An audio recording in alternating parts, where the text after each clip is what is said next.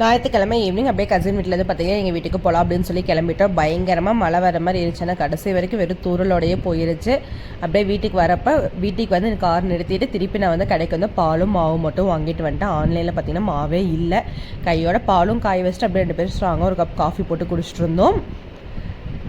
வீட்டுக்கு வந்து ரொம்ப டயர்டாக இருந்துச்சு. சரி காஃபி போட்டு குடிக்கலாம் அப்படின்னு சொல்லி குடிச்சிட்டு, நீங்கள் எங்கேயாவது போனால் இந்த மாதிரி செடியெல்லாம் எடுத்துகிட்டு வருவீங்களான்னு சொல்லுங்கள். நான் கசின் வீட்டு போய்ட்டு அப்படியே மணி பிளான்ட்டு தூதுவளையும் இருந்துச்சு. தூதுவளை கண்டிப்பாக வேணும் அப்படின்னு சொல்லிட்டு அது ரெண்டுமே வந்து பார்த்திங்கன்னா எடுத்துகிட்டு வந்துட்டேன். நம்ம வீட்டுக்கு புதுசாக உறவுகள் வந்திருக்காங்க. அது என்னென்னு பார்த்திங்கன்னா இந்த மீன் தொட்டி தான். கூடவே வந்து பார்த்திங்கன்னா கொஞ்சம் மீன் எல்லாமே வாங்கிட்டு வந்து விட்டுருந்தோம்.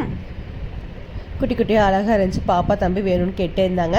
சரி ஓகே கையோட அதையும் வாங்கிட்டு வந்தலாம் அப்படின்னு சொல்லி வாங்கிட்டு வந்துட்டு அப்படியே முட்டும் வாங்கிட்டு வந்திருந்தோம்.